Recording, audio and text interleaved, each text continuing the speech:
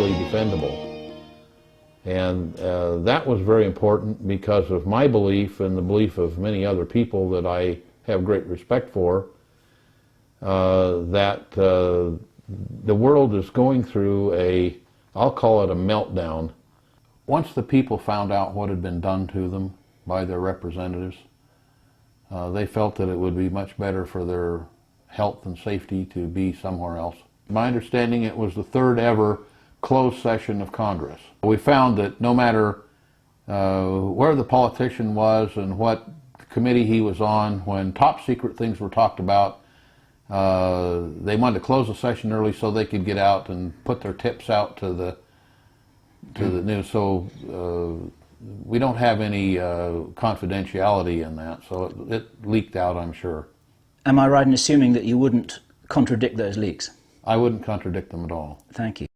This is Bill Ryan and Kerry Cassidy from Project Camelot, and this is Monday, June the 29th. And this is a Project Camelot interview with a difference, because not only have I flown the best part of 8,000 miles, at least it feels like it if it's not quite that many, from Europe to be here for the weekend, but we are also here with David Wilcock, who's also flown to Los Angeles here for the weekend to join us in a meeting that we had with Dr. Pete Peterson, who's a name that not many people will know, but maybe among the many extraordinary whistleblowers and contacts and researchers and scientists who we have had the great pleasure of talking to, maybe one of the most important.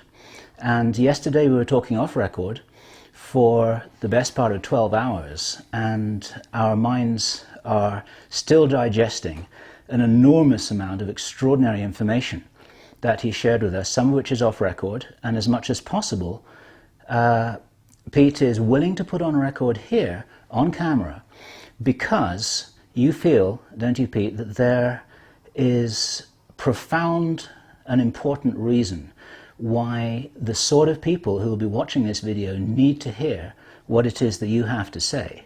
I want to salute you because you're a very brave man. And one of the things we want to ask you, straight off the cuff, is why is it that you feel that you wanted to put some of your almost unbelievable and very important testimony on camera for a lot of people to listen to and watch and understand at this time? Why is it that you've come forward and you're talking to us now? Well, I think the main reason for that is that I've had a inside insight for many, many years, having been picked up in various programs to do things for the government since I was 13 years old.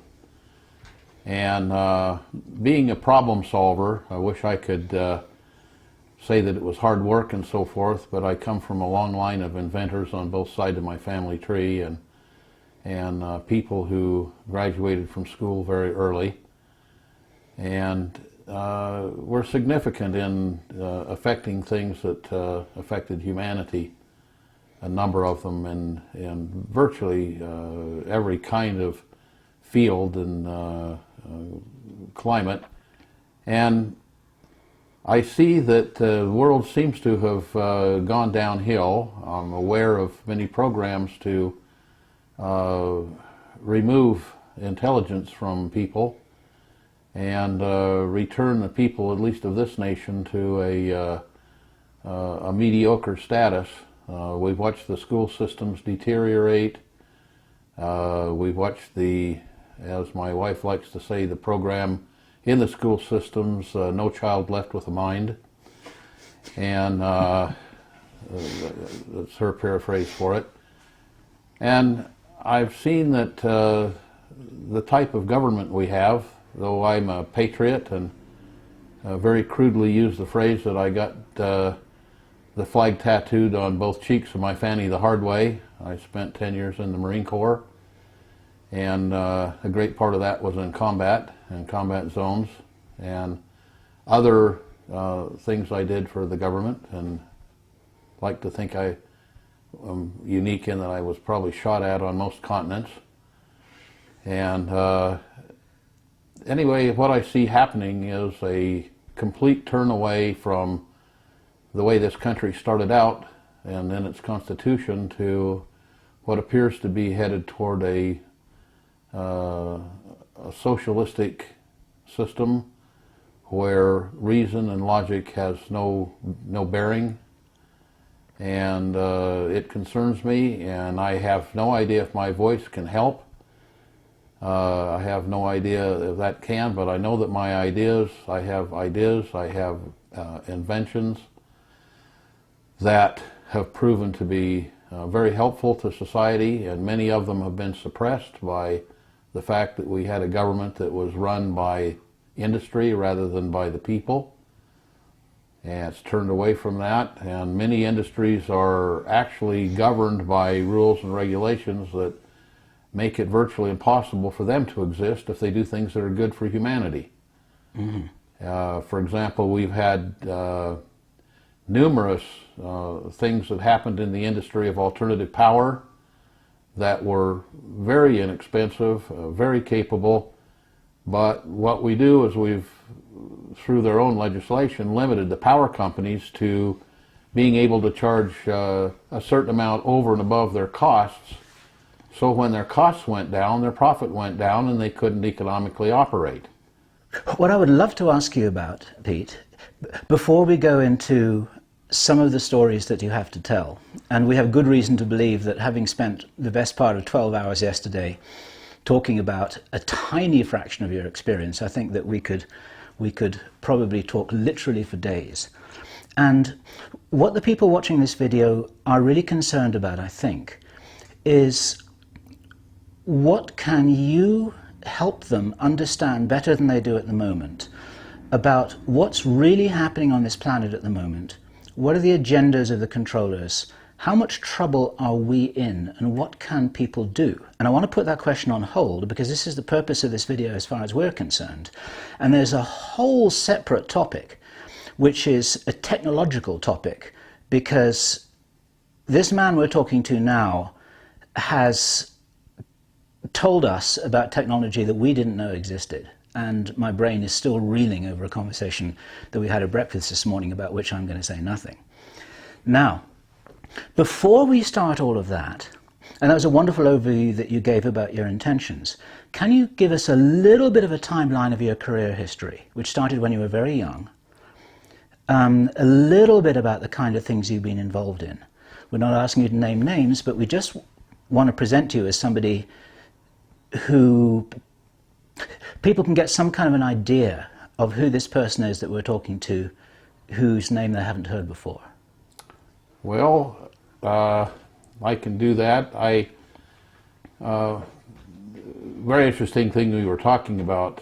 I have no idea where these thoughts came to me, but I know that very early on in life, I was so different from the people around me that I thought that probably I fell from the sky in a titanium egg and landed in my grandfather's orchard, and my parents found me there. And I think you're probably right, actually, having talked to you for 2 days. And until I was about 22, I actually believed that.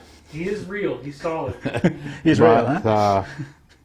Then I quit believing that when I was in my mid-20s, and in my last few years, I'm nearly 70, and in my last few years I've started believing that again.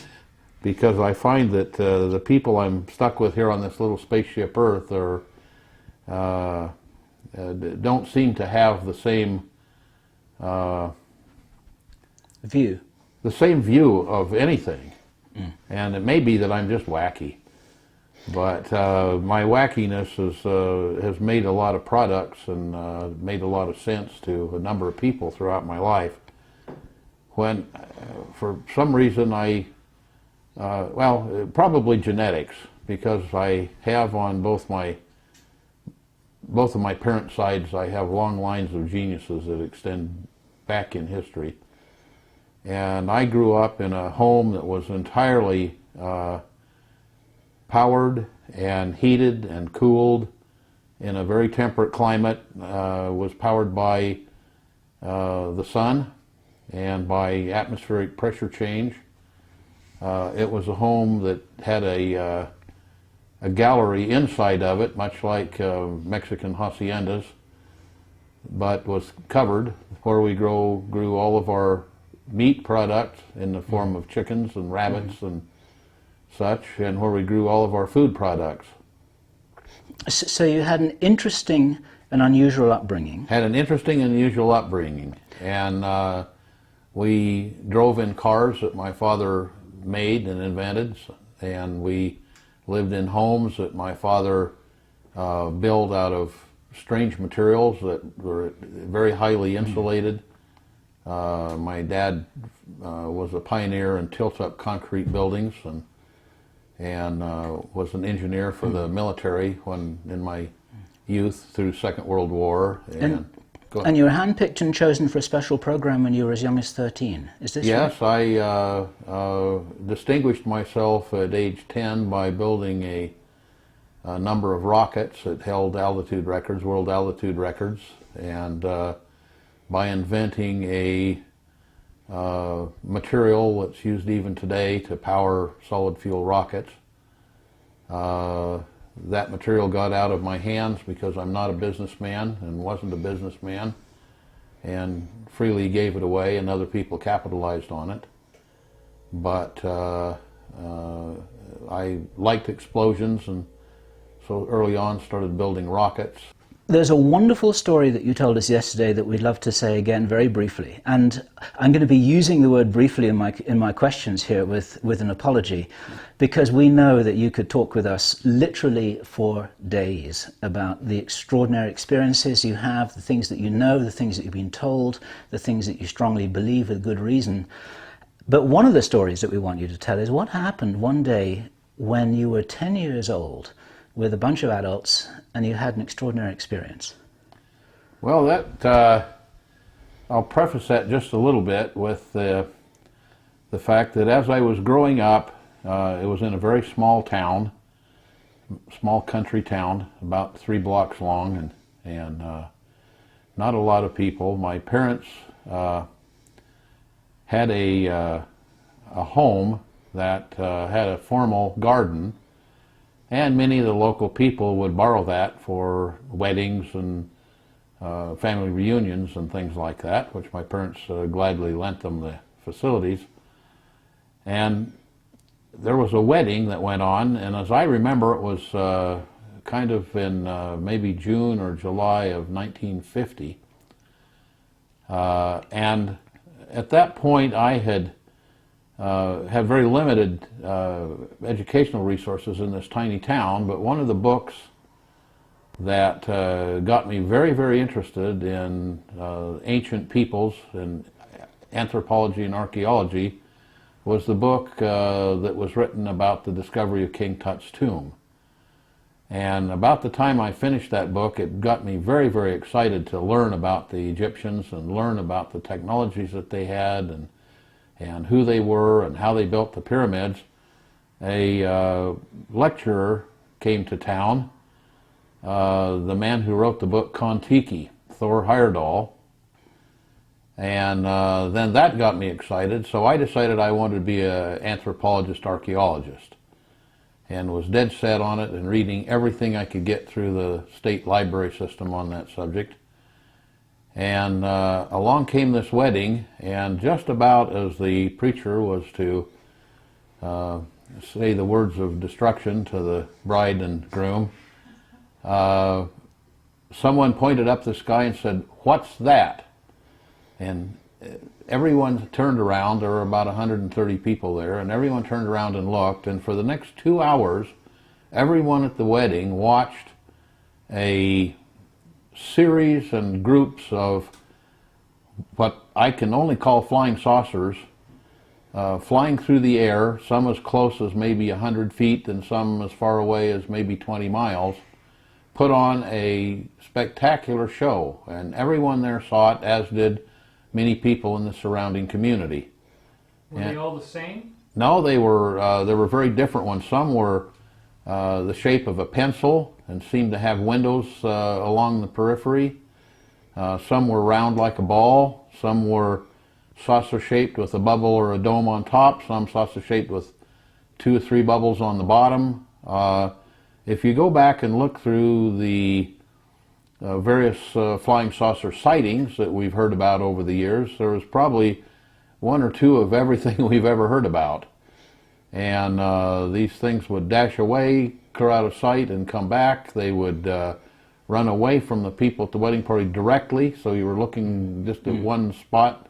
And the significance of this is that at this point you made a major life change, right? At this point I made a major life change. I decided I was much less interested in King Tut than I was in having my own flying saucer. Right. And so immediately started studying science. And so I've studied science ever since, and much of it toward the end of building my own flying saucer.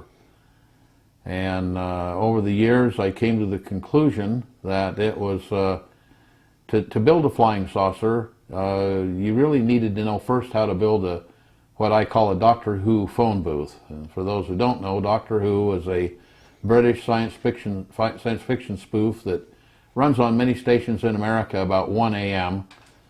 to 2 a.m. and there have been something like 6 or 7 different Doctor Who's over the years. It's run so long. And Doctor Who had a red British phone booth. He didn't have a red British phone booth, he had a black police phone box. It was a police phone box. Ah, okay. It wasn't a red one. All right, but he had a two-holer British phone booth, and he would go into it and it would become a time machine.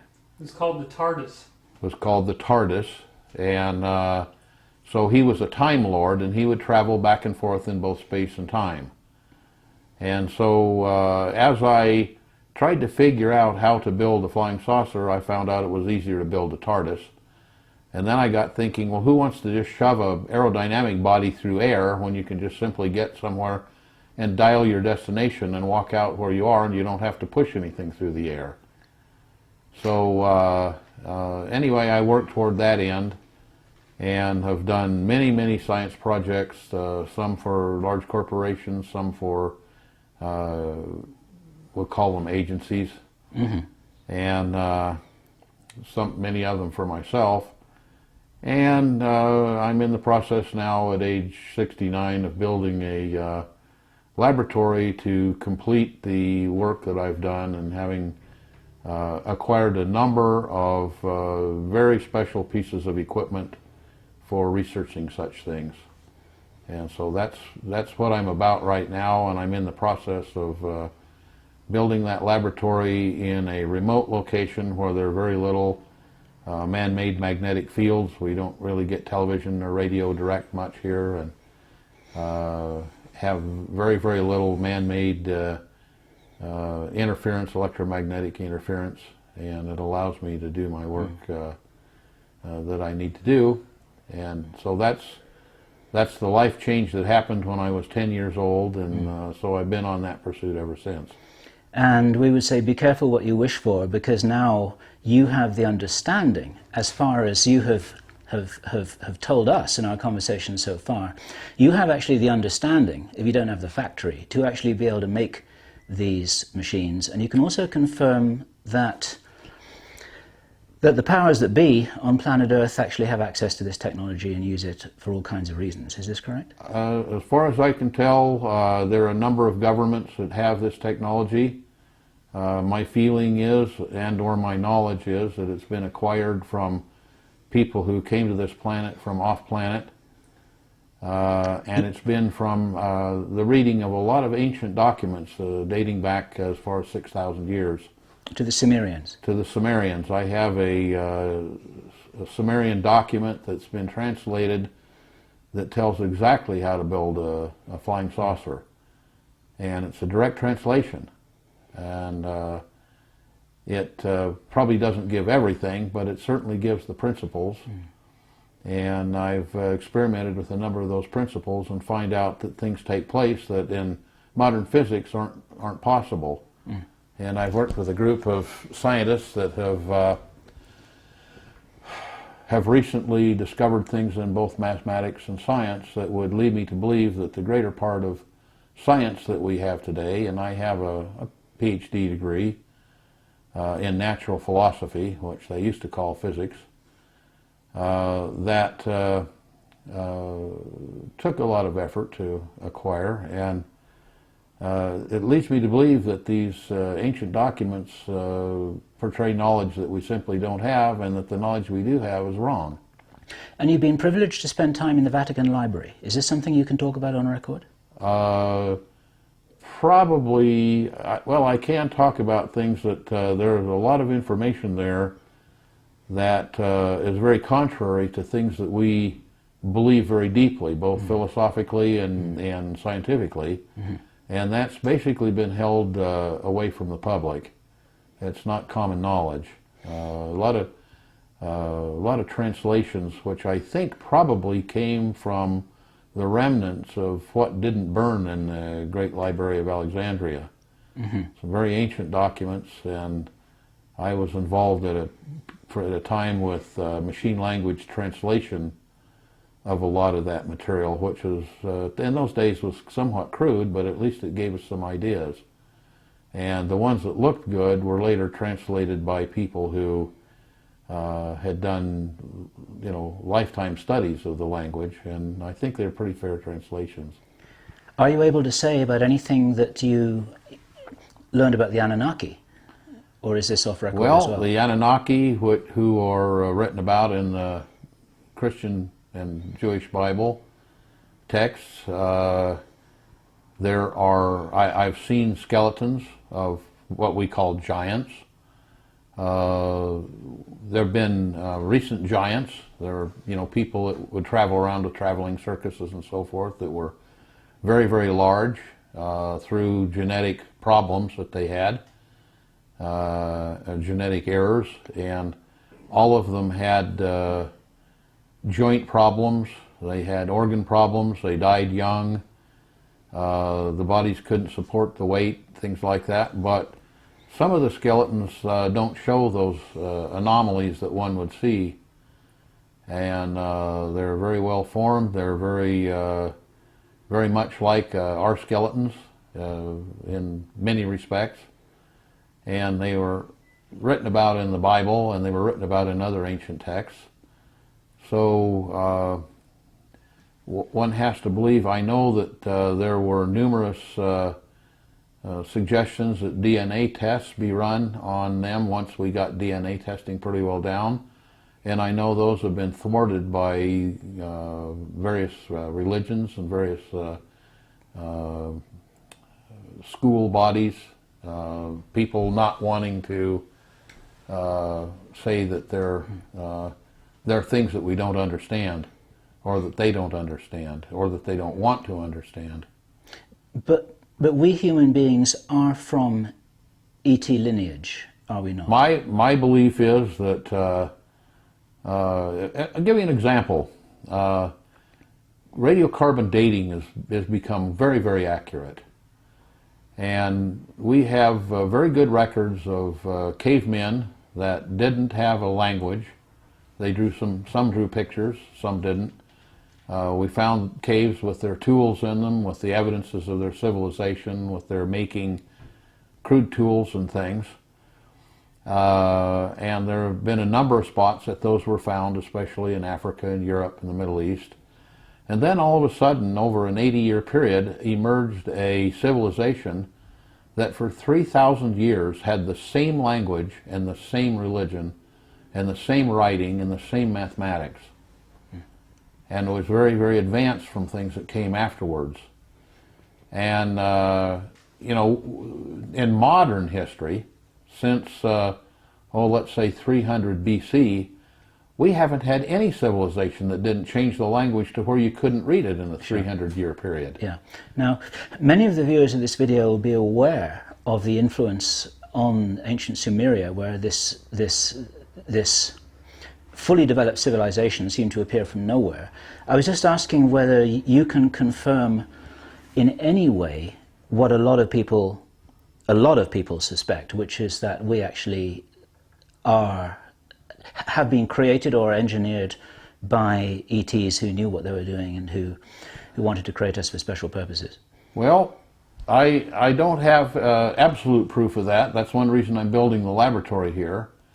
But one of the things I did notice in the late 70s and early 80s, I did a lot of medical equipment engineering, and I designed a machine that would read a field that surrounded the human body and could give you a readout on the condition of the organs, organ by organ in the body, and then it could locate or find or even create a medication that would fix it. And one of the things that I found was in the early beginning that machine could pretty accurately come up with diagnosis rate of 50%. And of course I wanted it to be perfect, and spent a number of years finding out that the reason that I didn't get over 50% was because a lot of people had genetic errors in their genetic system, and as a result of that they had disease processes that were based on those genetic errors. So you had to treat them very differently as people that had a disease that was based on viri or germs or other parasites especially. And so I finally got it to where about 70 to 75% of the diagnoses appeared correct, and the selection of medication treatment appeared correct. And then I thought, well, okay, there's 15% here that I really don't understand. And it was about 10 or 15 years later that we got pretty familiar with and pretty good with genetic testing. And I found that 15% of people had very, very similar sequences in the DNA that were unlike the other 85% of the people, and they were unlike anything else on Earth. They appeared to be alien to the Earth. And so I thought, well, that could be through exposure to some form of solar radiation or some type of ionizing radiation. And so we looked at people that lived in areas that had natural radioactive compounds, like the areas in southern Utah where a lot of the carnotite and other uranium-bearing ores were mined, and people that spent time there, people that were in fallout zones of nuclear testing at the Nuclear Test Center in Nevada. We sent the Gemini capsule up, and it went up, and, well, the first capsule that went up, and so we're all sitting in mission control and called up and, ground to capsule, hello, do you read us? Comes back, and there was dead silence, and everybody laughed because we had the thing, the last guy that went to work had to be the guy that ran for lunch, and right down the street from JPL, right above the Rose Bowl, was like one of the first Jack-in-the-Boxes. And you'd drive in and you'd order, and then they'd repeat the order back, and it'd come back, and you couldn't hear a word. And so everybody realized that these astronauts had taken their turn going and getting lunch, and et cetera, and everybody laughed and thought they were simulating the Jack-in-the-Box effect. It turns out that that's the best communication we had. And so immediately Chris Kraft turns to me and says, Peterson, solve this problem. So I made a thing that we eventually called the lecture laundry, and it was a device that found out why such things took place, and they still take place. We still go to drive-ins and you can't understand a darn thing. But I built some no-noise microphones, but also had a device that removed all of that problem, and we found out there are 3 narrow pass bands where all the information of speech is recorded. 2 of them record the information. 1 of them gives you the identification of the speaker. But that 1 passband that gives you the speaker identification has to have a variable frequency start up and drop off. And so you have a little knob on it. So you turn it on in a lecture, and you turn this knob until you can hear the speaker very, very clearly, and you can hear him perfectly. And you don't hear the airplanes go over, the police cars go by, people shuffling their papers, the noise from the cooling fan, the noise from the rear projection fan, et cetera, et cetera, et cetera. So anyway, one of the little things out of my life. But I used to build those, and when I moved to build my new laboratory 9 years ago, I quit building those.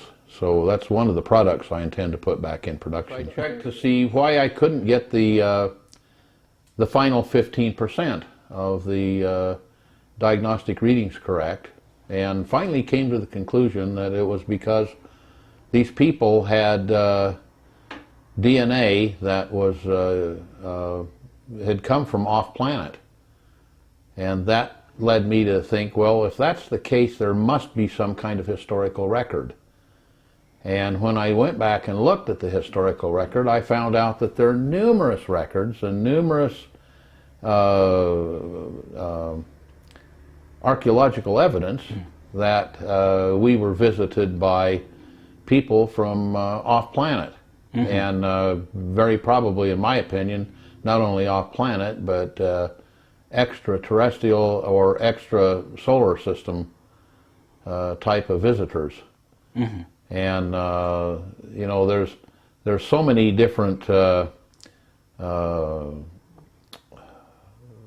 people that claim having seen such things, that they existed, seen such peoples. There are several broad categories of such aliens. A small percentage of those could be attributed to anything from paranoia to just tall tales or whatever. But when you have as many as there are, all the way down through all of recorded history, leads one to believe that it probably was very, very true that such things existed. And as an example, anyone who wants to find something from the past, read Ezekiel in the Bible. Yeah.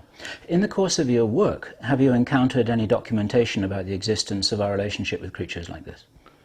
I have. Most of them I can't talk about. Sure. But yes, I've seen things written by scientists that I have very high respect for. Some were teachers of mine. Some were people that I worked with scientifically in other fields. And there were casual conversations about such things. And that's why I have the beliefs that I have, that we have extraterrestrial DNA in our bodies, and some of us do. It's rather interesting to note that there's been a lot of supposition about various programs to reprogram people's minds, to throw their thinking off, to cause them to believe things that aren't necessarily true, but politically would be a very good thing for those in politics and in government and in religion. And it's interesting to note that mind control techniques work on 85% of the people. And the 15% that they don't work well on are people that have that particular DNA string. Okay. So another, just another verification that those people are very different from the average person. Pete, I'm sure we're going to have tons of people wanting to know, of this 15% DNA category, is it all one type of person, like one race, or are they distributed throughout the population? And if you can't tell us, you can't tell us. No,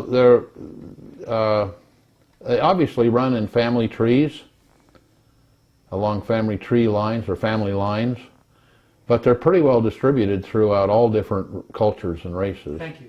I thought that was the case. And which again would be, to me, a confirmation that they probably did happen, because why would someone come and select just one race or one family line? So this is black and white and Right. red and Amerindian Red and yellow everything. and Okay. green and blue and whatever. Yep. How about your DNA? Are you one of those? As far as I know, I am. We probably all are in this room. And we probably all are in this room. As a matter of fact, I've found that as the last 10 or 12 years have progressed, I've noticed that many people, when I talk to about things that I know that are a fact in both science, mathematics, and in history, as well as in my belief system, I talk to certain people, and the 85% that I don't seem to have a medical problem with, i.e. the ones that have quote-unquote normal human DNA. I don't seem to understand what you're talking about. When I talk to them, it used to be that they would call me crazy, or it used to be that they'd be more really interested and want to learn about it. But nowadays, when you talk to those people, when you're done talking, they don't say, "That's crazy, you're crazy, I don't believe it." They come back into consciousness and start talking like you'd never said a word. Yeah, Absolutely. interesting. And so the people watching this video are probably among the 15%. They're self-selective in many areas. Well, from what you've told me about the people that you deal with, I would believe that. They're probably in that 15%. Okay. Now, there's so many places we can go from this conversation, but there's something important which I want to grab here and now, and that is, you made an allusion a few minutes ago to when you moved here 9 years ago to be in a very quiet, secluded place with your laboratory, which you're building to do your work. And what can you say about why you are here and why people who are elsewhere might one day wish that they were also here? Well, that's something that in our talks of the last day or so we haven't really gotten into, but I'm in an area that had two requirements for me and for some of the people who I do various things for that are not to be named, but one of them is this area is very secluded from man-made electromagnetic radiation. It's a deep valley with high mountains surrounding it in 360 degrees. The entrance to it is through a very narrow, long, winding canyon. So we don't really get radio here or television directly, and the power that comes in here does have interference on it as well as it has information on it. But it's very, very secluded informationally, and then the place that I chose here is kind of back in a little notch in the mountains, and so it's even more secluded. So that was one reason. The other reason is it's an area that's very highly defendable. And that was very important because of my belief and the belief of many other people that I have great respect for, that the world is going through I'll call it a meltdown. We're going through a change.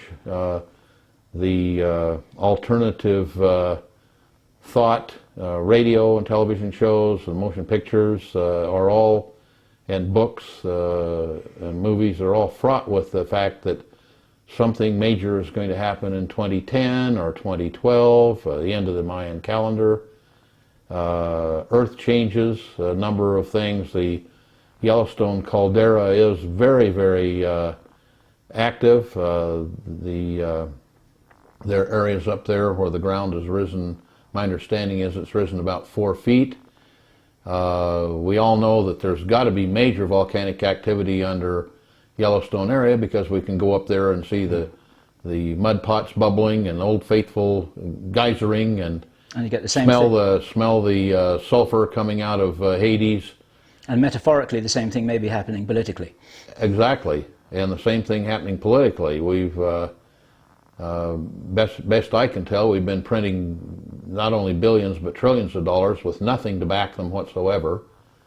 And right now I have very dear friends in China that are offering me mature T-bills and mature U.S. bonds that they can't seem to get cashed, and that they're offering for 10 cents on the dollar.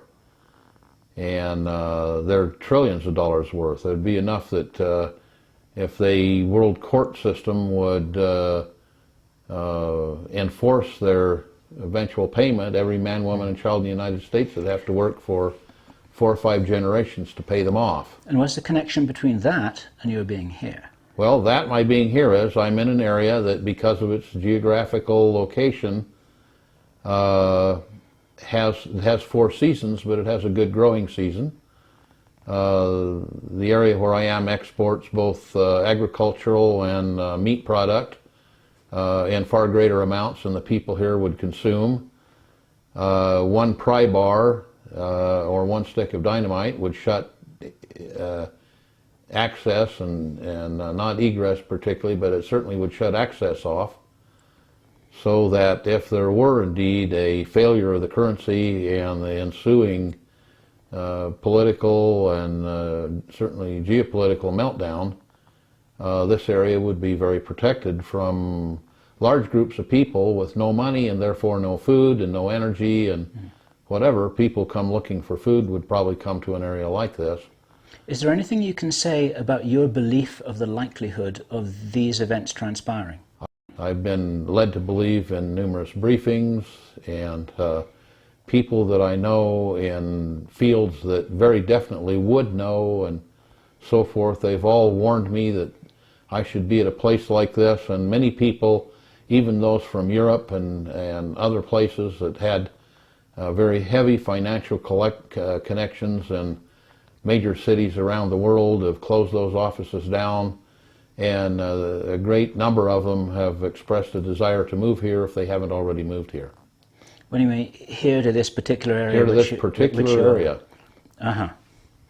So you believe that there's something very important happening this year, and this is why you're talking. One of the reasons why you're talking to us. One of the reasons why I'm talking. I've kind of, if you would, come out of the closet, because I think that the people that I find have are the people now that are, say, 27 years old and younger, have gone through a school system that hasn't schooled them, hasn't trained them, and obviously, because if you know anything about education, has very specifically not trained them and not schooled them in political science, certainly, and in politics and in economics and certainly geoeconomics. And they just they don't have an idea of what's going on. And, you know, we look at a president that complained entirely about all the money that the previous president spent, and then in the first 90 days spent 10 times as much. And now it was turned over to the Fed to spend it, and the Fed in congressional testimony on television said, we don't have any idea where that money went.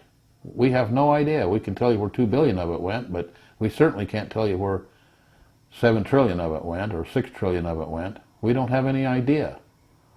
And, you know, the people have just let that pass by. Oh, that means that ourselves and the next 4 generations of progeny are going to have to work their whole lives to pay this debt off, and yet we don't even have any idea where it went or who has it. Mm-hmm. And it's certainly not out there helping the economy. Mm-hmm. Now, if this occurs, would this be a worldwide problem? Well, it is a worldwide problem. Okay. I mean, like the collapse of the look back at James Burke's programs on connections. And the thing of it is this is my opinion, but the unions had to do something to get the union members to pay their dues, and the only thing they really could do was increase their salaries, so the unions have increased their salaries to a point where the workers had to move offshore, because we don't have people that are willing to work and be blue-collar workers anymore. They want to work and get white-collar wages. The white-collar people want to get white-collar wages rather than wages that were consistent with their production. So in essence, they've stolen from the blue-collar workers and stolen from the rest of the world by loaning them money and then taking all their natural resources at very low rates. So this has happened all over the world. It hasn't just happened here. Mm-hmm. And so we're seeing economies beginning to fail everywhere. Mm-hmm. And we've been dealing with a system now for 70 years or better of fiat money, money that's backed with nothing. Mm-hmm.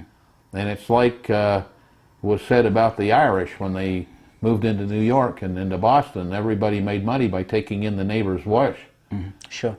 In your personal opinion, and if you can qualify that personal opinion, it would be useful. What do you think may happen if there's some tipping point of social instability or financial instability that occurs before the end of this year? Well, what can people expect? Let's take a look at the the Depression of in the late 20s. People had ethics. They had morality. Ethics and morality were removed from the school systems 25 years ago, and for specific reasons. It had nothing to do with reasons of ethics or morality. It had to do with political reasons. So they were taken from the school systems. So in the 20s, when we had a depression, people would go out to farmland and knock on the farmer's door and say, "Ma'am, I got 3 little kids that need to eat, and I'll shovel manure, I'll dig potatoes, I'll hoe the weeds out of the garden, I'll do whatever I need to do to get something to feed my kids." Now what people have been taught is that they're owed a living, they're owed to live like television says that people should live, and they don't have an ethic, they don't have a morality. And so what happens is if we have a financial collapse, it won't be like the 20s. It's going to be like today, and you're going to have anarchy and absolute chaos. And the government knows that. They've recently asked the service members if they would fire on civilians if they were asked to, which is entirely against the Constitution. We had a Second Amendment, and the founders of our country, in writing after the Constitution about where the Second Amendment came from, didn't say that we should have the right to keep and bear arms so that we could go get a deer and feed the family. They specifically stated we had the right to keep and bear arms so that if the government, with its military, got out of hand and tried to suppress the Constitution of the civilians, they could take control back, because the government was supposed to lie in the hands of the people. Mm-hmm. Now, not that I believe that the people are smart enough to handle themselves, because they're not. Otherwise, we wouldn't have had the last several presidents that we've had. We'd have actually had senators and congressmen thrown out because they wouldn't do for mm-hmm. us what was necessary. Mm-hmm. And the senators and congressmen had no option, because we had so many splinter groups that they had to keep satisfied that they couldn't do what was necessary for the people as they were charged to do. Is there anything you can say on record about a recent congressional session that you attended? Yes. Probably better not said. Okay. But just note that there was the third, my understanding it was the third ever closed session of Congress. Okay. I understand. But and it is on Google, so... Yeah, I think many things have leaked out about it on Google. Mm-hmm. We found that no matter where the politician was and what committee he was on, when top secret things were talked about, they wanted to close the session early so they could get out and put their tips out to the news. So we don't have any confidentiality in that, so it leaked out, I'm sure. And am I right in assuming that you wouldn't contradict those leaks? I wouldn't contradict them at all. Thank you. But weren't they told to, weren't some of them getting out of the country to relocate in South America? Ask them that. That's my understanding. Because George Green has given us testimony to that effect. Yeah. That's my understanding, that a number of them felt that once the people found out what had been done to them by their representatives, they felt that it would be much better for their health and safety to be somewhere else. Mm-hmm. And that kind of says it all. Do you know anything or suspect anything about, once the financial system fails, if it does so, what would it be replaced by? Well, up until a few days ago, I would say it would have been replaced by a world currency. Remember, the last 4 presidents have all been members of the Council of Foreign Relations, and have openly stated that they're moving toward a one world government, and believe we should have a one world government. If we had a one world government, we'd probably have a one world currency. And it might even be they were smart enough to have a currency that was backed by something real, like gold or silver or various metals. I've always wanted to see a commodity-backed currency. So you could have a currency that was worth so much corn or so much wheat or so much something that was a real tangible thing. Up until a few days ago, you said. Up until a few days ago. What changed? What changed was, my understanding is now that the NAFTA and GATT agreements basically put us into a system where we had Mexico, United States, and Canada almost as one government with three parts. And there was going to be, it's been highly rumored that there was a printed currency available, pictures available on the internet, et cetera, because there's nothing that's a secret anymore. That would have currency, different colors and different sizes for different denominations, and was to be called something like the Amero for North America. Mm-hmm. It's been rumored that that currency is being destroyed now and replaced by another U.S. currency that is being printed, and that would make a lot of sense because there's so much, the money that's being printed is funny money because it's backed on nothing, but also there's been so much counterfeiting, especially out of Iran. Mm-hmm. And so you can look at some of our politics with Iran having to do with nuclear proliferation, and so much of it having to do with the fact that they have good printing presses and good duplicators of paper and ink. Mm-hmm. And there's been a tremendous amount of currency that we know has moved here from Iran that is counterfeit. Okay. And it's rampant. Yeah. Many people watching this video will be aware of what David Icke has been talking about. And we spoke to him at length earlier on this year, and one of the drums that he's been beating is about what he feels is the danger of the population being chipped as a means of control, which is going to be linked with their ability to operate financially at all. Can you comment on that at all? There are a number of things to lead one to believe that they are going to be shipping people around. Mm-hmm. There are a number of places that there's no explanation for, but very large concentration camps have sprung up. One of them very near where I live here, that's very large sized. And on the other hand, I was involved back in the 70s with a very large food and feed company to build chips that could be used on prize cattle and breeding cattle, for example, and show cattle, to geolocate them or to identify them. And that technology has now been reduced down to things that can be injected through a hypodermic needle and in the body and identify people. And the currency that I'd heard about that was to be a one world currency was based on being chipped, and the credits, if you would go onto and off of that chip by a method similar to Bluetooth that's used today. And this is technology which you yourself have helped develop, is that what I heard you say? Well, it's technology that had developed some of the early things, mm-hmm. and it's technology which, in its smaller implementation, I'm using right now in a product that I'm in the process of building for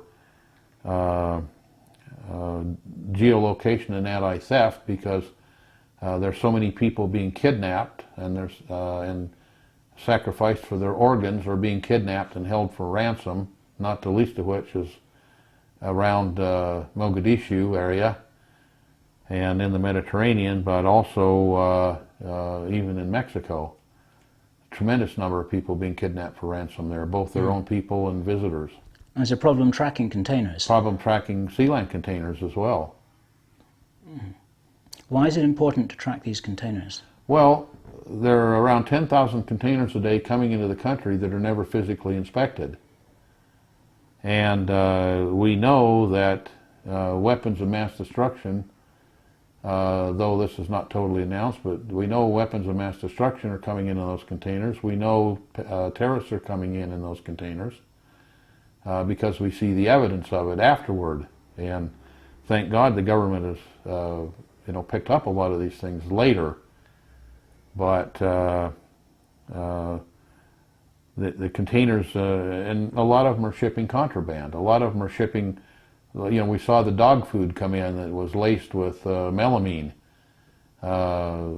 because it wasn't inspected. Now, we just did a tape change here, and just before that little interlude, David was very keen to ask Pete about his view about how can we transform these danger signs into something that is a healthy warning to us, and what sorts of proactive, positive thinking, responsible actions can we take without just blindfolding ourselves and ignoring whatever real risks there might be there. Now, this is my bridge because I want David to ask his own question. This is one of the reasons why he's here with us.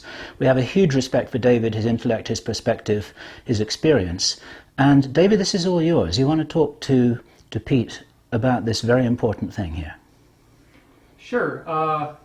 What I wanted to say was just that I have a perspective which includes documenting my dreams every day for the last 17 years, following their guidance, getting accurate information from that guidance. Yesterday morning, while we were talking about all these things, I had a dream in which there was a volcanic eruption. It looked terrifying. There were rocks flying into the air, and everybody around me thought we were all going to die. We ran under these trees. The rocks fell all around us, but we were all fine. Nobody was actually hurt by it. Obviously, it was a disaster. Obviously, it caused property damage, but the people were okay. And that's one of many different varieties of data that I've gotten to suggest that even though things look like they could be really austere and apocalyptic, that humanity will persevere through this, and that we will be able to have a positive outcome on our own future, and that this is not a situation that's completely outside of our ability to manage. Well, David, you had a question that you asked me just before the break, and I think we're going to agree, but Okay. Go ahead and ask that question again, or make that statement again. It was a very good question. It was about prior warnings not having come to pass, Oh, and okay, therefore yeah. why should we be concerned? Yeah, let me give you some prelude to that. I spoke with another witness who was involved in various compartmentalized projects, one in particular which was at the Montauk base. And he had extensive contact with people on the inside. And one of the things that he said was that the superdomes that were built in all the major cities were intended to be large holding containers for people to be herded in. And he said that there was a plan that the Rodney King riots would foment enough social upheaval that they would be able to actually round up black people who were rioting in the cities and put them inside these domes and basically keep them in there until they passed away. And that was a plan that was made, and it obviously did not happen. And so we've heard from many Project Camelot witnesses similar plans, timelines in which the powers that be, whoever they are, say apocalyptic things are going to happen. The dates come, strange things happen, yes, but it doesn't lead to an apocalypse scenario. So in private conversation with us, you had mentioned that there were other dates that came and went where they had said something like this might happen. They told you, some friends of yours inside told you something like that, and then it didn't actually turn into a social breakdown. Yes, Okay. I did say that, and so the question is, Well, the question is, in terms of, you had mentioned before that people have a conditioning to not think, and a conditioning of mind control. And you said that there is a degradation in the moral fabric of our society. So I think what we really need to know on a personal level is, what can we do to help ourselves not be indoctrinated by this passive programming that's coming out to us? And you mentioned aversions of mind control and things like that. I think that's an important key to not getting stuck in this trap. I moved here because I was told by various people that I should geolocate and be in an area that would be safe when we eventually got a financial and therefore political collapse. And so there are certain things that I've done to make sure that myself and my family and my friends are safe from that. The question that David just asked is a little bit different, having to do with the fact that numerous ones of us have heard a bit apocalyptic things in the future, ranging from the fact that supposedly in the year 2011 or 2012 we have the end of the Mayan calendar and we have an apocalypse coming. People who are apocalyptic Christians say about the same thing, that the end times are here or coming. We've heard very, very dire things about the economic posture of the United States and the whole world, and we see things happening. We see Iceland, for example, declaring bankruptcy, and I hear from people that I know in the banking system that a number of the European states are going to follow them in bankruptcy, and when the U.S. currency fails, which I can't imagine that it won't, because we've printed so much currency and put out there that's backed by nothing.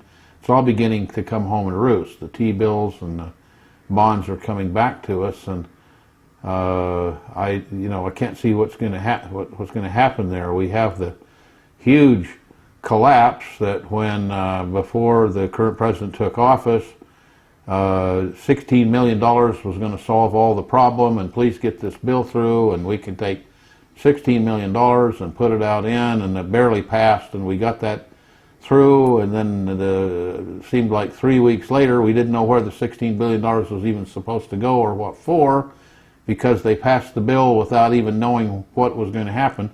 That $16 billion disappeared immediately, and now all of a sudden we needed $7 or $9 trillion, and then we needed 20. And so we don't have any idea where that went. And so the things we've heard in the past about there going to be a failure, the time came and left and there wasn't a failure, but this money was pumped somewhere, and of course the system had a lot more inertia than we anticipated. So now what we have is something that the actuality is coming to roost. I drive around in the town that I live nearby, the large town. It's about 50 miles south of me. And drive around there, and I look in the little malls, and I look in the big malls. The big mall has closed. We only had one mall in the town, and it's a gross population, nearly 750,000 people. And the one mall that we had, the people who had the mall failed and went bankrupt, and it's closed. All the stores that sell non-essential items, jewelry stores, bed and bath stores, etc., most of them have closed. Sporting goods stores, most of them have closed. What you're saying is that we haven't been here before. So we haven't really ever been here before. We've heard that things are going to happen, things are going to fail, but life continued on as normal, and the government continued to print money and pass it out to its friends and so forth. And so therefore, we're in a bit different set of circumstances. I moved here in 1999 because I was told by 2001 that the system was going to fail. And here we are 8 years later, or 9 years later. In fact, you were ordered to come here. I was. And so we found out that no, it didn't fail. And I'd go for a briefing, and there'd just be a shrug. We don't understand it. We don't have any idea why it hasn't failed.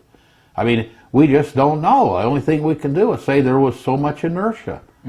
And so now it's beginning to fail, and it isn't just beginning to fail. It's increasing on a logarithmic scale, and very shortly I see that it just about has to do that.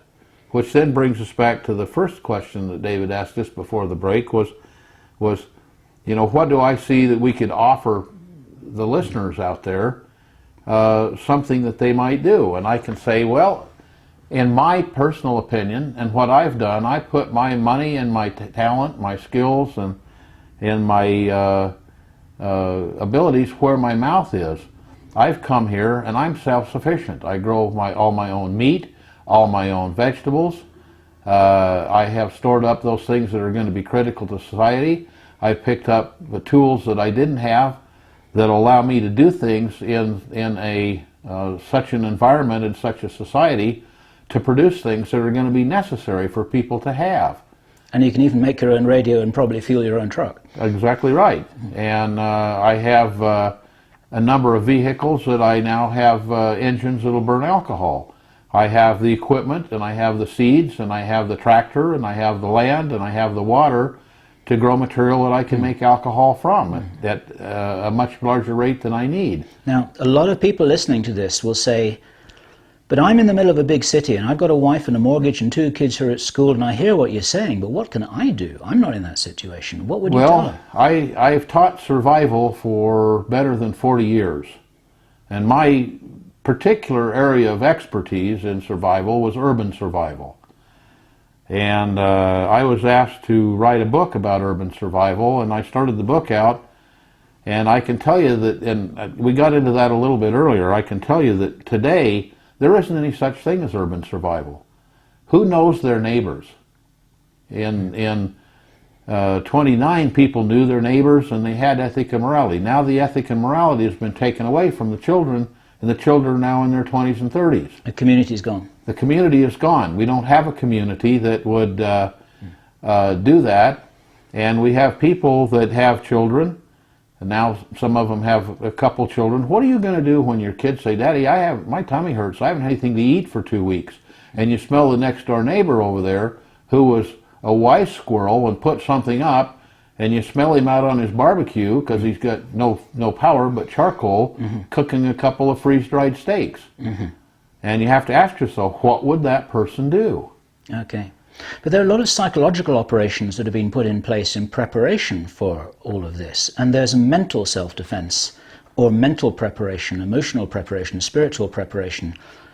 Is there something that you can speak to about that, whatever people's circumstances are? I will do that, but first I want to suggest that take a look at the things that have happened. Forget the political, economic situation. Let's take a look at things that have happened in this country over the last, say, 4 or 5 years. You've got the debacle that occurred in New Orleans, and then you've got the next debacle that occurred in Texas and Mississippi. And you got to see that, no, all those people couldn't leave town because they got out on the freeway, and the freeway was jammed, and everybody got stopped, and they ran out of gas, and there wasn't any gas.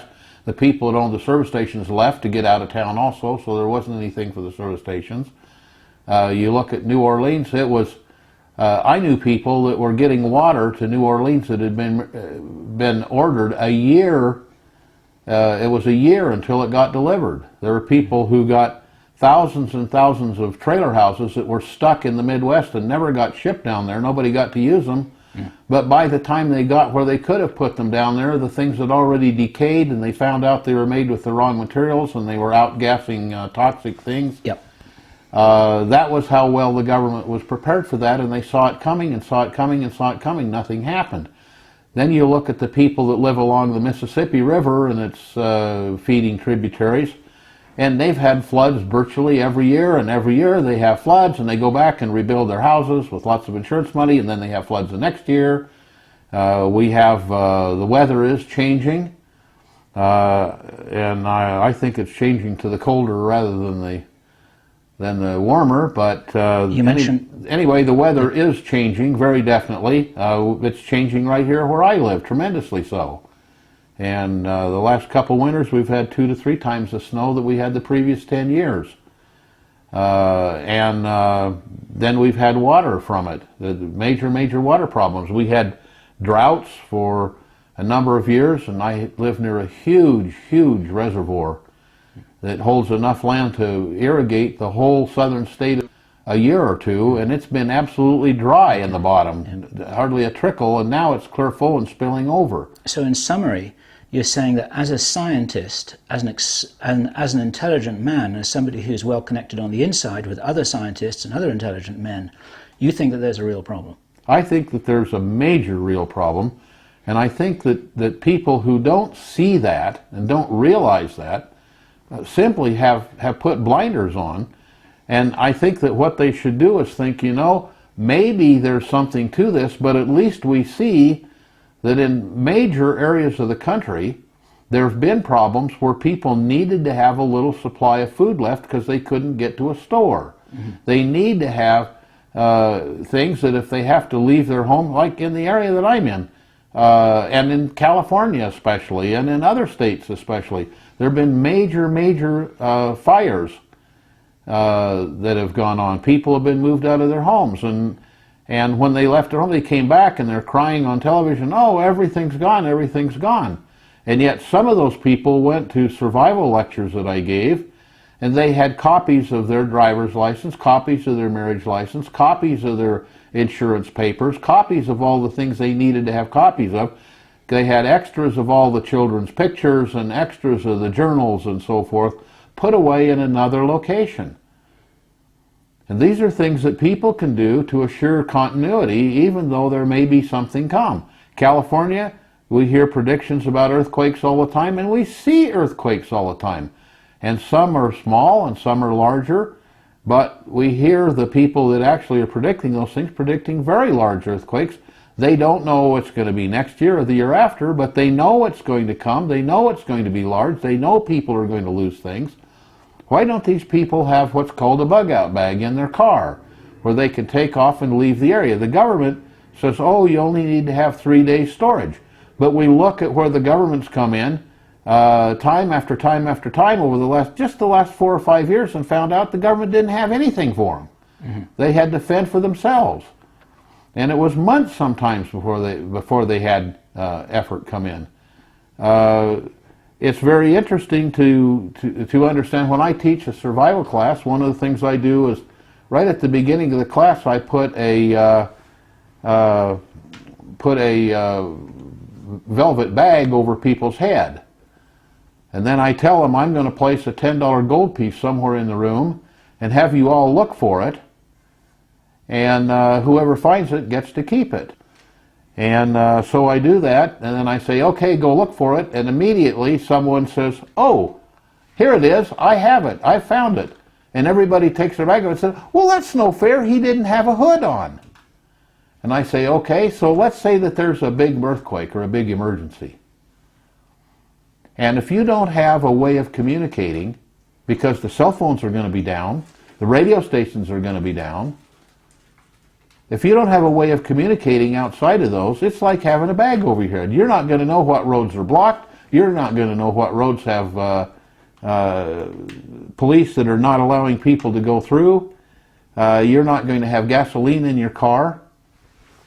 If you had a shortwave radio or an amateur radio, which are very inexpensive, you could listen to the radio amateurs who are going to be immediately there because that's what they're set up for, that's what they're trained to do. And if you had an amateur radio license, which anybody can get these days, it's like you had eyes. You can see where to go, where there's problems, where there are not problems, where there are riots, where there are not riots, and carry on and go there. If you had a bug-out bag in your car, you'd have gas and fuel and medical supplies and things to keep you warm, things to keep you cool, all packed up, ready to go, just a small bag. So there are a number of things that one could do to become aware. But there's a lot that has been done to dumb down the population. And how can this be reversed? How can that be aided? And I want to make sure that David gets a chance to answer his own questions. What I'm trying to do is to support you in that, and I want to give you airtime here. There is a compartment of reality that we can talk about in which people are on this planet and there are forces that appear to be almost outside their control to do anything about other than, as you said, preparations for the sake of survival.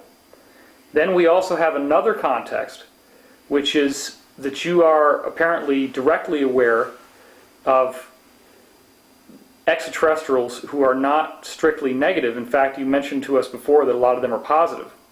And we know they're out there, we know they're visiting us. And while I don't believe they're going to just come down and save us from problems, there appears to be a greater reality that we are all involved in, and that this situation, my understanding is that the situations we're going through are going to be instrumental in helping to purge the negative influences on this planet that have been prevailing for so long, not make them worse. There will be certainly a crisis time that we go through, but that's part of a passage into a more organized and enlightened society. That's how it's been explained by many different accurate sources, in my opinion, including ancient prophecies that speak of the coming of a golden age. Well, one of the things that I did in studying survival was I went to numerous places on the face of the earth where there were survival type things taking place, whether it be genocide in Africa, whether it be eruption of volcanoes, whether it be tornadoes and tsunamis. I've gone to those places studying survival, and I know one thing. There's one person I can rely on, and that's me. And all the rest is conjecture. I found out that the people that survived were the people that were prepared, and some were prepared mentally, and that's the major preparation that you could do. But I know that when you believe in other people, that may or may not happen, but if you believe in yourself and follow up, it does happen. And you don't have any worry. And I found out that a few days or a few hours or even a few minutes can be the difference between life and death. And so I would just as soon spend a little time and a little effort and a little money and be able to take care of myself and my people. And if other things happen, so much the better. I have things I can share with others. Yeah, I don't dispute that at all. In fact, I am very well prepared for eventualities in myself. We also at Project Camelot have interviewed enough different witnesses that we are trying to look at the big picture perspective, and I do believe that we have an intelligently guided planet. I do believe that the things that happen on the planet are not random, and I do believe that society itself is going through an evolutionary process. And a lot of the things that you shared with us already off the record reveal that there are potentials of the human being much greater than what we currently understand. You've also suggested that there are efforts to suppress our natural ability that have been put in place.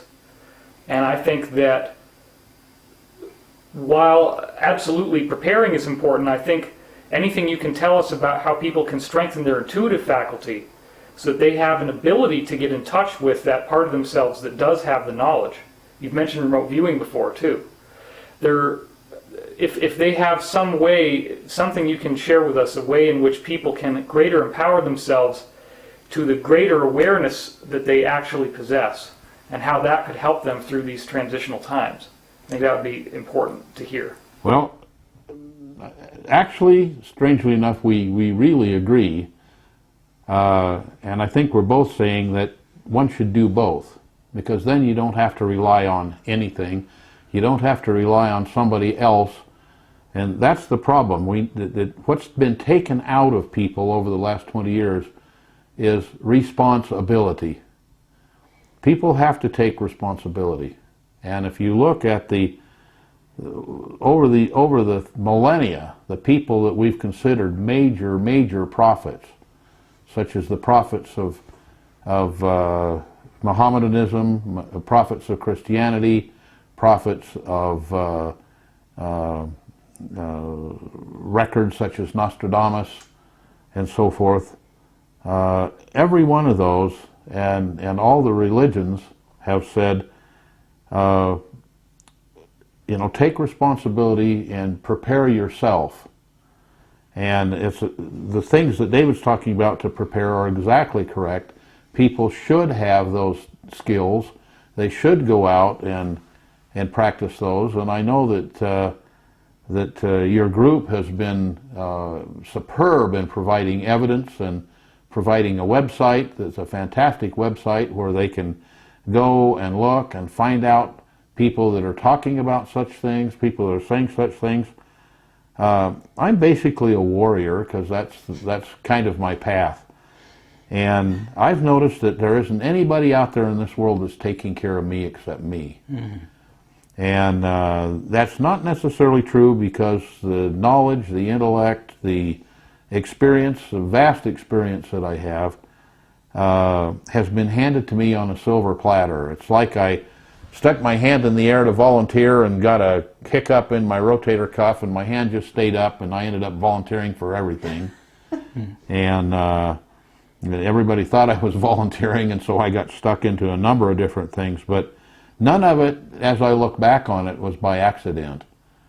And I know that there are a number of people that were students of mine that were in New Orleans, that were in the Gulf area of Texas, that were in the river areas in Ohio and Nebraska and so forth, and Tennessee. And I know that all of them, when the time came, just simply threw a bag in the back of their car and headed out, and they were fine, and all their family records were preserved, and all their family jewels and things, everybody knew where they were. They're all in one place, threw them in the car, off they went. The car was full of gas with a little trailer with a couple gas cans and a tent, and they were fine. And I'm just suggesting that that is a very wise thing to do in the day like today. Whether the prophets of doom are correct or whether they're not correct, let's say you put aside 5 months worth of food. Well, go take a look at the prices in the store and the prices 5 months ago and tell me you wouldn't like to buy 5 months ago's food, or today's food at 5 months ago's prices. You know, it's better than any investment you could have made. It's better than any stock I know of. It's even better than gold. And if a disaster comes, it's going to be worth far more than gold, because it'll save your life, where gold will just get you robbed, or silver. And I tell people, if you're going to save gold, for crying out loud, save some silver. Because if we have a collapse, when it comes, you know, get yourself a wheelbarrow, and if you come to my place and want a loaf of bread and you've got an ounce of gold that's worth, at that time, $2,000, I'll swap it for a loaf of bread. And if you got a quarter that by that time is worth $3, a non-numismatic silver quarter, I'll swap it for a loaf of bread. Take your pick. Right. So there are things that people can do to do that, and there are things that they can do. There are a number of remote viewing courses, and many of them are very good. I'd suggest you do remote viewing.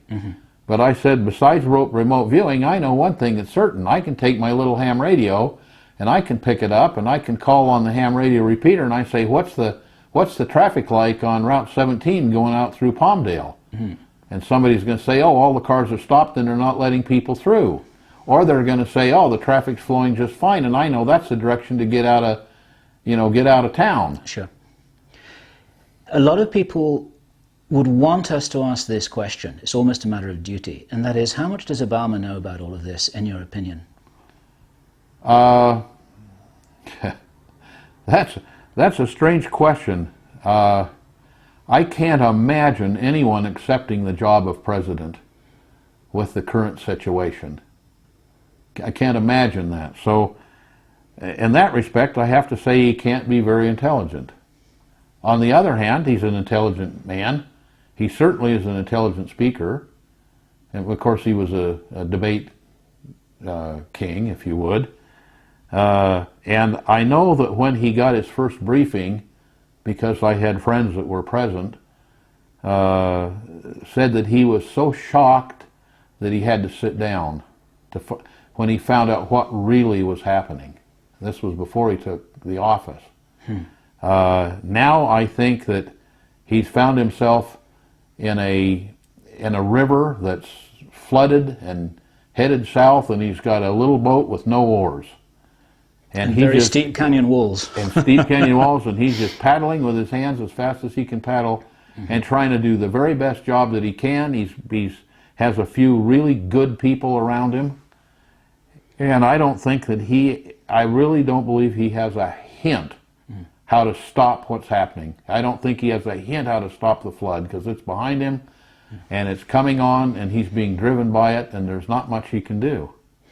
Now, speaking about having good people with him, just using that turn of phrase, would you confirm that there are good people who we have euphemistically called the white hats in the government and the intelligence and in the military, who themselves are patriots as you are, and are trying to do their best from the inside to avert these things? Absolutely. There are many people that left the military. Most of the good people left during Clinton and Bush because they couldn't pledge allegiance to the president because of the things that were being done. So many people left. On the other hand, there were many people that stayed behind because they knew they were going to be needed, and they sacrificed not principle, but they had a higher knowledge and stayed behind so that they could apply the knowledge that they had when the time came. That's where they thought they would be most valuable. That's where they thought they would be most valuable, and they were the true patriots because they did what was best for the people rather than what was best for themselves. And these are the people who are keeping you informed sometimes, is that Some of right? those people are the people who are keeping me informed. I understand. I mean, it's more that they're keeping me informed because they call me for ideas, and I'm kind of an idea man, and they call me and ask me what might we do here and what might we do there. Because you're above all a problem solver and a technological... I'm basically a problem solver. Do you think there's ever going to be a disclosure that any of this stuff about UFOs or other races not born on Earth would ever get out to the public? Well, I think it's interesting. I've been told that a number of the apocalypse films that have come out recently and a number of the science fiction things that have come out recently as movies have been partially funded by the government. Mm-hmm. Wanting to get familiar in our minds the idea there might be people that could come and help us. There might be some kind of divine providence that would help as well. And I've heard kind of through the grapevine that I know that Reagan was asked to disclose such things, the truth about flying saucers and alien people. I know that JFK was asked those things and said he would do something, and I know there was pressure put to bear on both of them to say nothing. I know that the current president, I don't know this, I have heard that the current president was planning to make such announcements later in the year or late in the year. Mm-hmm. And whether... Are you willing to say the date when you and that information that you no, got? I know date I was told, and I can tell you the same people that told me that date told me that the U.S. currency would fail in 2001 when they ordered me to move here. Okay. So who knows what's going to happen, but I've heard that that his desire, and I may be wrong, I don't know. I've heard it through the grapevine. A man hasn't told me himself. Mm-hmm. And He's under orders, isn't he? He's just the front guy. my feeling is that we haven't had a president since right after George Washington that wasn't under orders from someone else. Mm-hmm. And if you go back and take a look at it, it's pretty obvious. And then if the guy doesn't obey those orders, then he may find himself in trouble. May find himself in trouble. Uh-huh. And you want to talk about who's behind him at all? I really don't. Okay. Well, about the announcement, though, you were working up to an announcement. You were saying that he may announce something at the end of the year. What would that be? What does your grapevine tell you? My grapevine tells me that he was going to announce that that there are indeed such things as flying saucers, and there is indeed technology transfer, and there is indeed beings behind it that didn't come from this planet. And how many different kinds? We're getting into speculation here that, Understand. whether the person that told me would know, I have no idea. Whether the president would know, I have no idea. Whether we even know, I have no idea. Sure. But a number of them, more than say 3 or 4. Good. And then if you go, if you go back and look at the number of people who seem to have seen such people, you get kind of there's a reptilian type, and there's a long face type, and a round face type, and a tall type, and a short type, and but it isn't just like one person said this and one person says that. It's 50 people in the U.S. and 20 people in Germany and 300 people in Brazil and 80 people in Africa say this. Yep. And then for the next bunch, there's maybe 40 or 50 in Russia and 25 or 30 in Germany. And, you can't discount all of those things when from totally disparate regions that have no real communication and people have no real communication with each other, you hear people doing exact descriptions and large amounts of exact descriptions. And tens of thousands, if not hundreds of thousands, reporting contact We're the little guys with the almond-shaped eyes and the big heads, right? Who many people say are responsible for abductions. Do you know anything about that at all? All I know is that I've talked to a number of those people, and many of them seem to me to be very credible. Many of them seem to me to have read somebody else's report, and then they wanted to be in the thing and made it up. Okay. Are any of these abductions military operations? I wouldn't have any idea. You don't know? Okay. Look, I can't see why the dollar didn't crash in 2001. Absolutely couldn't see why it didn't crash. Because it was backed with nothing. And it was inertia, in my opinion, it was inertia only that carried it on. And sure, there were a lot of people behind the scenes manipulating various things. You saw how they manipulated billions and billions of dollars that didn't even, not only were bogus dollars, i.e. dollars that were printed with nothing behind them, dollars that didn't even exist. I mean, people fail to look at this fact. If let's say, and we'll use just round figures, let's say that there's $1,000 issued. Okay, who issues the dollars? The Fed issues the dollars, totally outside of the Constitution as far as I'm concerned. The Fed issues $1,000. Let's say they then rent those dollars to the bank. What does the bank do? The bank rents those dollars out to people so they can buy a car, a home, whatever. And they say, we'll rent this out to you and it'll be at 5% interest. Now what that means is they've taken $1,000, and they can, if they have $1,000, the banks are allowed to loan out $17,000. So you have, let's say you have 10% interest on $17,000. So now that's $10,000 plus another $7,000. Where does the $7,000 come from to pay it back? It wasn't ever issued. It didn't ever exist. Yeah. How can they pay back more than there ever was? And people don't understand the concept of, fiat money. Yeah, right. There are many videos on Google that people can watch on this very subject and get educated. Yeah, absolutely. And the problem is that people have been taught if you just stick your head in the sand and don't look, it isn't going to bite you. And keep on watching American Idol and you'll be all right. And keep on watching American Idol and keep on going to the movies and keep on, whatever. I'd like to say one thing. There is footage that you can see of an announcement that Rumsfeld made on September 10th, 2001, about money that was lost in the military budget to the tune of $2.3 trillion the day before September 11th.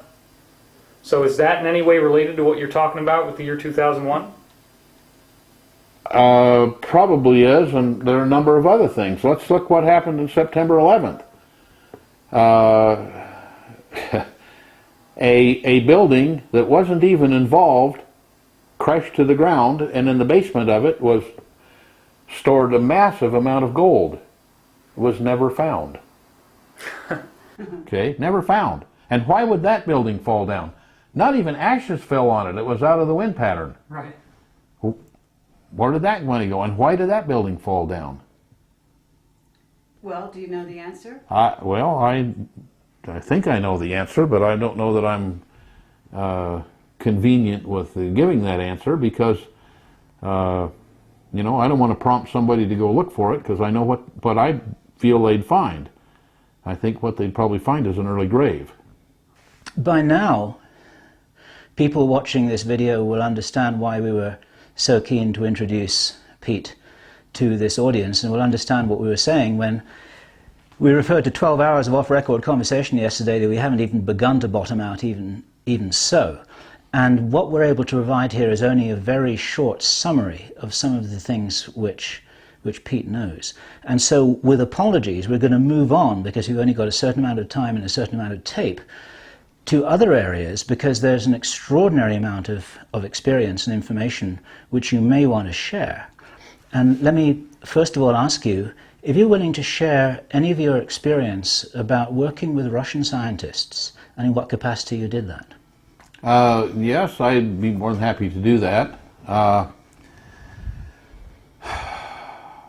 some of it at least. After the fall of the wall, I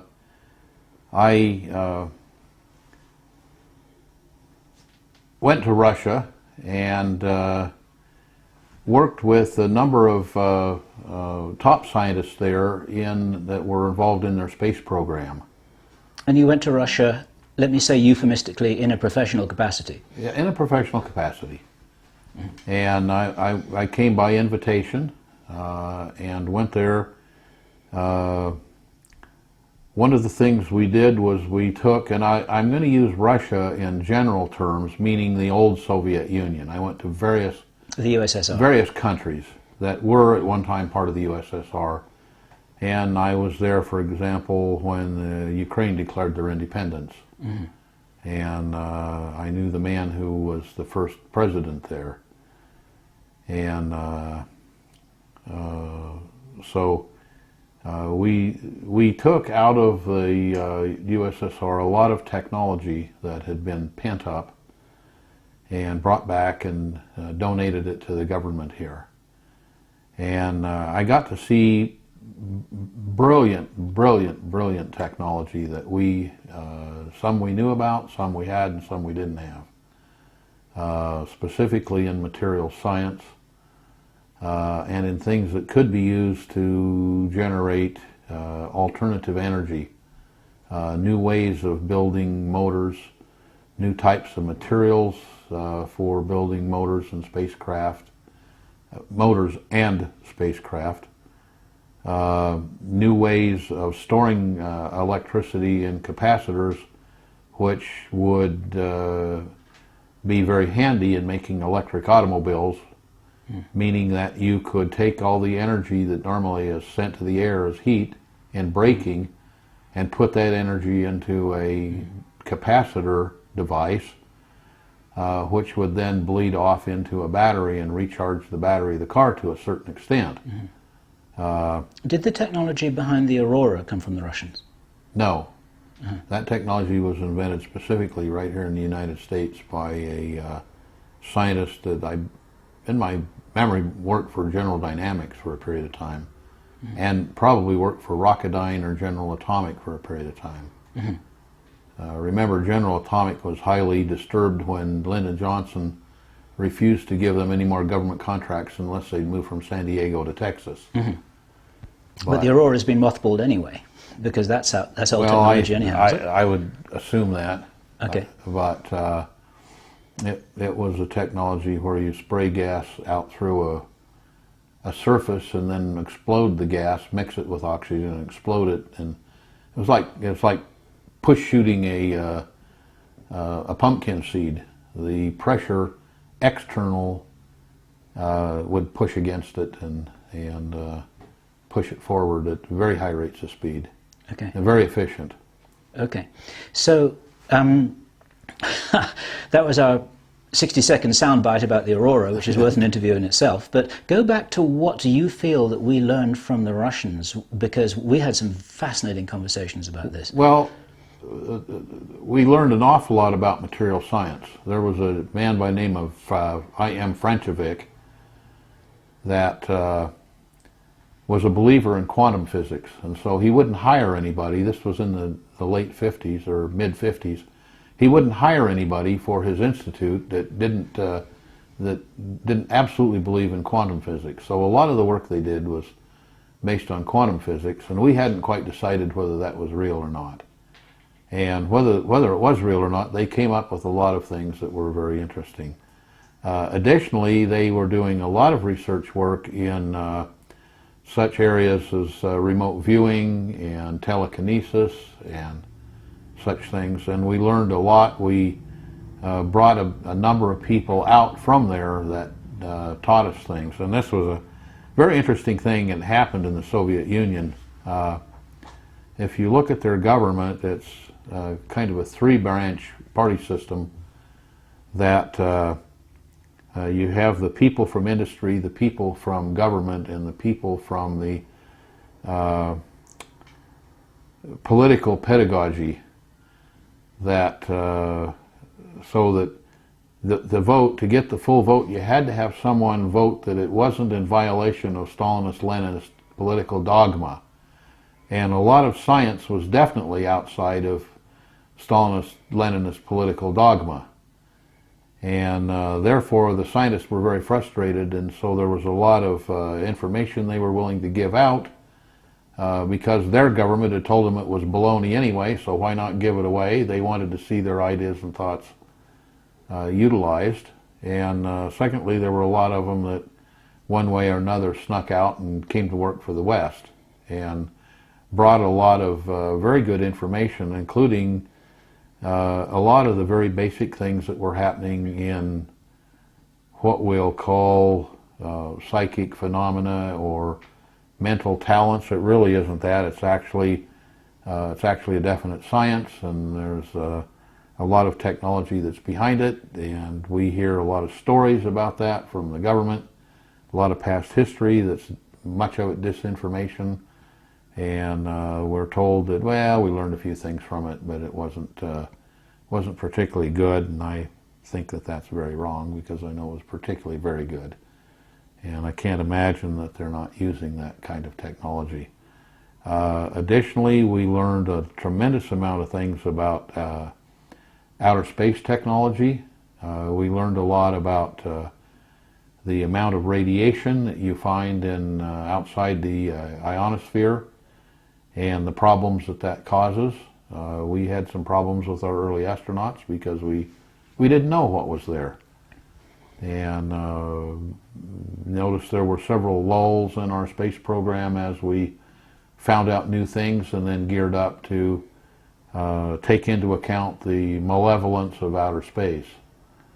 And you know, out of that came a lot of conjecture that there was way too much radiation for us to have had people in outer space. And one of the things that very much interested me was when the Mir space station was crashing and they were worried about the fact that it had a little radioactive material on it that might cause problems on Earth, and they didn't know exactly where it was going to fall. But one of the things the Soviets announced, and one of the things I do is I listen to shortwave, because when you listen to shortwave you hear about the same event, the same people, the same place, the same time, and a completely different story of what went on there. So the press in the United States is either completely ignorant or it's completely controlled as far as I can tell. But one of the things the Soviets did was announce the weight of the Mir station. And when you look at that weight, you find out it was about 5,600 shuttle loads of material. And they didn't launch that much, we didn't launch that much. And so why would the Mir weigh as much as it did? And the explanation is, which you can find out for yourself if you merely take a sensitive Geiger counter on a plane flight, is how much radiation is up there just at 30,000 feet. And you're allowed one or two chest x-rays a year. You get a chest x-ray every 2 or 3 minutes. And out there, you know, that was a problem. If you look at some of the symptoms of problems some of the early astronauts had, you'd realize that it probably was radiation poisoning. How did the mass that constituted all that extra shielding in My feeling that the extra mass that was there on that station was shielding. How did it get up there? That's an interesting question. I didn't see us launch anything that could have taken it there. Did the Russians launch it there? Not that I know of. Mm-hmm. I mean, you've seen... Okay. Now, what that implies, then, is that we could never have made it to the moon in the way that it had been advertised that we went to the moon, because everyone would have been fried. Is that too simplistic a conclusion? Well, that's my conclusion. I mean, I know one thing. You can go to look at the moon diorama at Jet Propulsion Laboratory, and you can ask the question, was the lander pressurized with oxygen? They said no, we didn't have a place for it. They had to wear their spacesuits. And here's the astronaut standing there with his spacesuit on, and here's the door to the lander open, and you can see that that spacesuit wouldn't fit through that door without the astronaut in it. Yeah, right. But so now, I did have a bit, you know, there's a bit of speculation there. What we've been told by our witness, Henry Deacon, is that some of the Apollo missions did actually go to the moon, but not without help from our friends, as it were. Can you make any comment on that, or is it? Well, it's my feeling as a scientist that if we went to the moon, we had to have help from friends. Okay. And off-world friends you're talking about. I'm talking about We're talking about friends in high places. friends in high places, Okay. from high places. Yeah. But we do have friends in high places, do we? As far as I know. Do we have any enemies? As far as I know, we do. And is I mean, that there have been malevolent things happen all over the world that, you know, you can't deny cattle mutilation. And you can't deny some personal or human mutilation. right? Or certainly biomedical manipulation. I mean, it's happened. Somebody did it, and it could have been done from here. But when you examine that, you know, Linda Moulton Howe has written extensively and spoken extensively on these things and examined them extensively. I grew up with her in the same school system in the same town, and know that she was exceedingly bright and got brighter and brighter as time went by. And I don't doubt that a lot of her conclusions are correct conclusions. She's someone that I would absolutely trust in that. And it appears to me, you know, I say if something happens in one spot, you don't know. But when something happens time after time, year after year, in all different kinds of locations where people don't know each other and don't communicate with each other and don't read each other's newspapers, and it doesn't make the press, it seems highly likely that those things happened. I understand. Now, among many other things, you are, let me use the word, an electronics genius, if I may. And are you in possession of any information about the constitution of implants that have been recovered from abductees? Well, I've talked to people who have removed what they felt were implants. I deal almost daily with nanoelectronics and microelectronics, and the descriptions and pictures I've seen have nothing to do with any nano and microelectronics that we have in this, you know, from anyone that I know of here on this planet. Many of them are, or most of them are biological in nature. I know that one doctor who's removed a number of what they felt were implants, the implant acted like it was alive and moved through the body away from the surgeon trying to remove it. I knew that some of them, when they were taken out, were minutely dissected, and I've seen the pictures of that. And they're devices that signals could be obtained from that were obviously intelligent signals. They were not random things, they were not biological things. And yet it was biological material that had obviously been engineered for a specific purpose. That's really And valuable. I've never seen anything in writing that would lead me to believe that we had that kind of technology on this planet. And when we're talking about friends or enemies in high places, you'd feel that wasn't a particularly friendly thing to do. I have no idea. It could well have been. And I wouldn't doubt but what we've had that from both sides, friends and enemies. Okay. I think there are people here. There are people that I felt had crucial knowledge to the perpetration of the planet the way we'd like it to be. And I've seen them saved from disease miraculously, but they had some incident that they seemed to have a memory of that we would call maybe an abduction or maybe a kidnapping and manipulation. So they're being helped and supported. They're being helped and supported, it appears, from somewhere. Yep.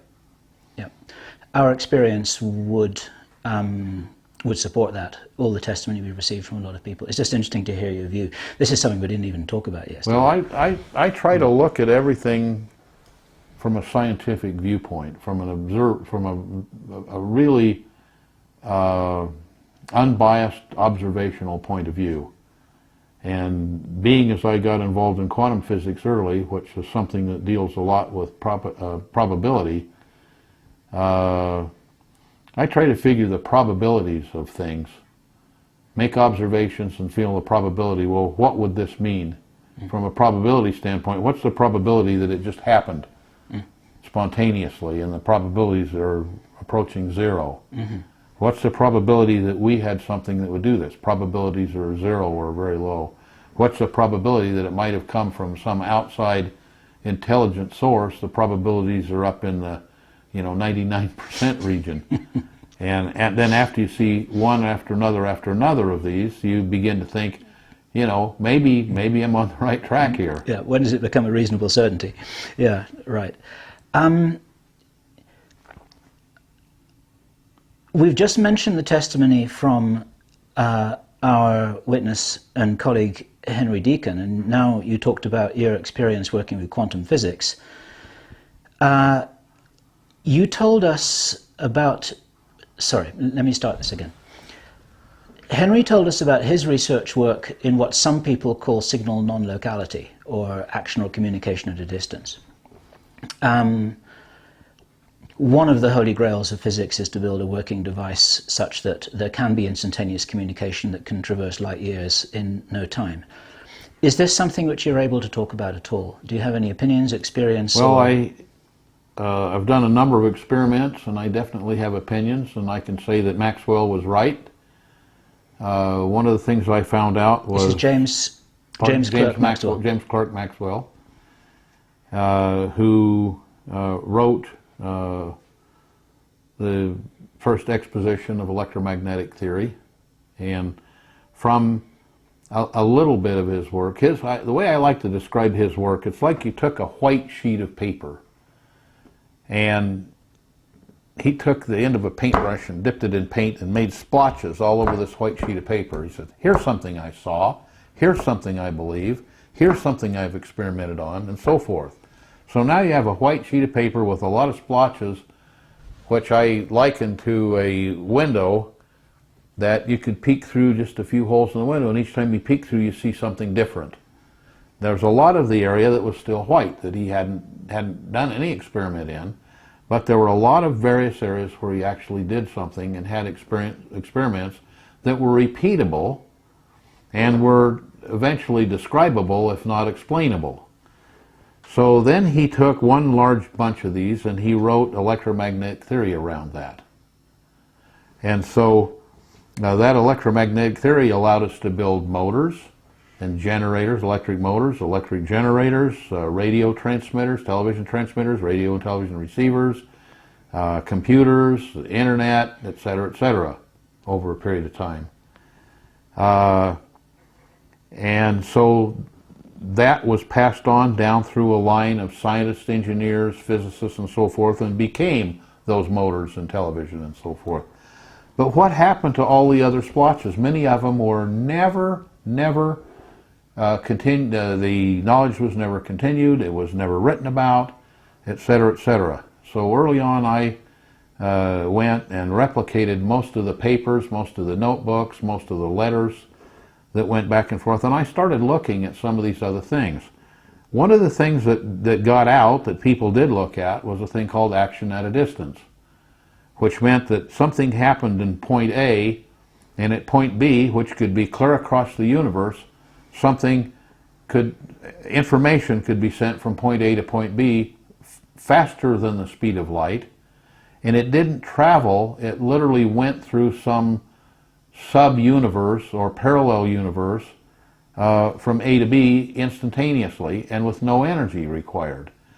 Just now in Canada and in Belgium and in France and in some areas in the United States, there's a tremendous amount of research being done in that. And so it's something it's been known at MIT, for example, for many years. But MIT knows if they talk about it, they got to back up and say all the physics we're teaching isn't exactly correct. So that really hasn't happened, but they want to know that if Harvard says something, that they can say we've known about it for years. And there was a gentleman that I had met several occasions that ran a kind of an anomalous research institute that found that these things that kind of violated the pet laws of physics, they continued to take a look at them, but they knew that if that actually worked and was something that could be repeated, that they better revise their thinking. And for one reason or another, mostly ego, political, or economic, a lot of that stuff wasn't brought out. What can you say about whether there were any practically functioning devices built that were able to utilize this theoretical principle of communication or action at a distance? Probably nothing. Okay. I remember that Henry Deacon said that he had actually worked on these devices. He said that the work had been done at Livermore prior to Alan Aspect's experiments in Paris in the 80s. Yeah, the problem is when you said practical. Okay. Now here's a problem. If you have something that works that doesn't use electromagnetic radiation, you have to develop a whole entirely new technology. Like, how do you tune it? You know, when you tune a radio, what you're doing is altering the problems with practical. We may have a practical technology or not. I know that once I get my lab built, we're going to have a practical technology, because I have a lot of work that I've done and ideas that I've done, and I now need to build a prototype. And it's how to tune something that doesn't have a time function. And so how can you transmit more than one signal at a time? And then I don't necessarily want to expose that information, mm-hmm. because not that it's going to be a billion-dollar product, which it would be. I mean, imagine a cell phone that'll work anywhere in the universe with no energy, mm-hmm. or such little energy that it's inconsequential. Mm-hmm. And so, or internet that works that way. As Hal Puthoff once said to me, somebody who I believe you once know, he said to me, as the dog said, so many trees and so little time. Exactly right, exactly right. So at this point, I'm going to thank you very much for the conversations we've had both yesterday and today. We're still on tape. We've got some time left here today. I'm going to hand over to Kerry with the microphone and the camera. David also wants to ask you some questions about his particular interests, and we want to make sure that we can capture all of this as we possibly can do. So with huge reluctance, I'm going to get out from behind this camera, because I'd love to talk to you for hours more. I hope we're going to get this opportunity later. Thank you very much for your interest. Been involved with trying to build flying saucers. You usually found flying saucers, if you look at most of the movies, there's always seems to be a robot involved with it.